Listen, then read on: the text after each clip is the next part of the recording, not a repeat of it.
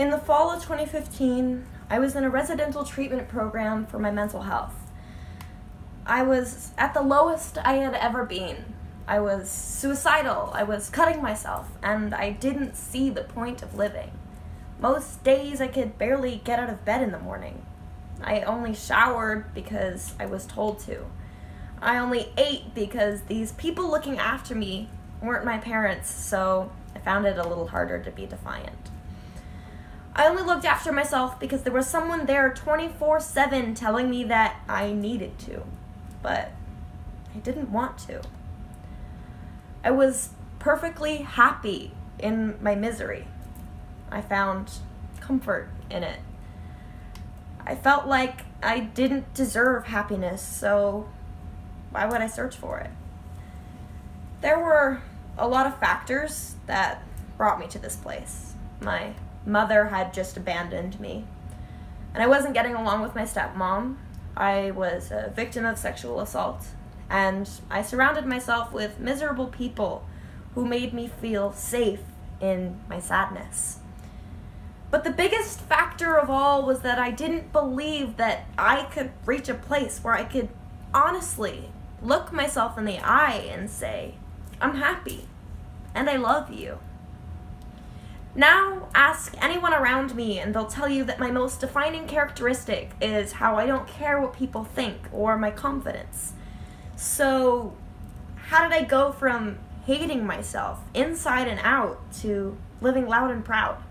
It's pretty simple, really, and there are only 5 steps.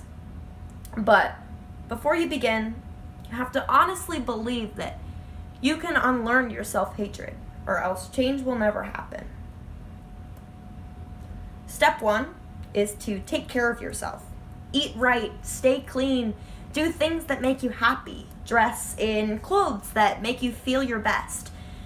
This is such an important first step because when you feel good physically, you're on the right track to feeling better mentally.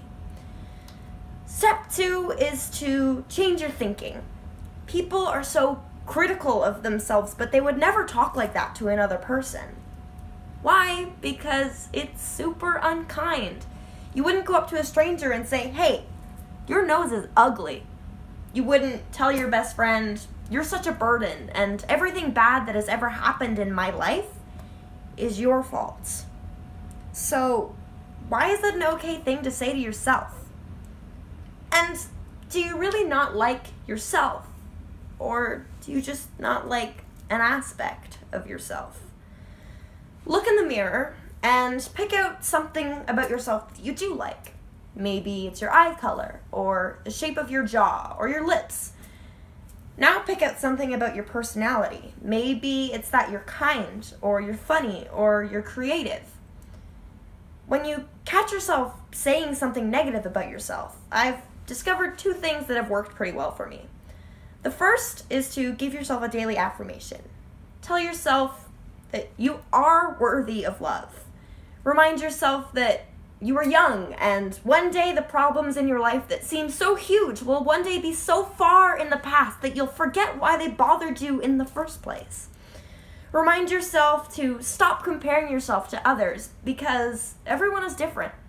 Tell yourself that you control your life. At the beginning, it'll be hard, but eventually it'll get easier to come up with things to say, and you'll start to believe them. Another trick I picked up is when you hear your inner voice say something nasty, do what little kids do and mock the voice. Like if you tell yourself, your own mother didn't love you, so nobody else will. Just reply with, it sounds silly, but one day you'll just stop listening to that voice. Step 3 is to learn to validate yourself. The only way to stop caring about what people think is just to stop. You need to learn to support yourself and to stop basing your self-worth on how many compliments you get or how many friends you have. You know that one outfit that you think is really cool and you've never worn because you're scared that people will laugh at you? Well, why does it matter so much what they think? Because at the end of the day, the only opinion that should matter about you is your own. If you think you look cool, then wear what you want. Do weird things with your hair or your makeup. Do what makes you feel good. It's not your friend's job to make you feel good. Sorry, my teleprompter. Ah!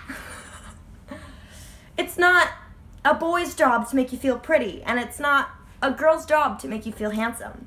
It's yours. Step 4. This one ties a lot into step 3, and it's to learn to trust yourself. You are capable of making your own decisions. Decisions for yourself. You don't need to ask someone if you're okay. You should know yourself. When you break up with someone and you send a screenshot of the text to your best friend, how do you want them to respond? Do you want them to say, "Oh, you've done the right thing. You're so strong. They were an asshole." You're looking for someone to tell you that the decision you made was the right one. But you did it because you knew it was best for you. So why do you need someone to tell you that you're right? The answer is you don't. If a decision feels right to you and you feel it will improve your life, then make it, regardless of what anyone else says. Step 5, do what you want.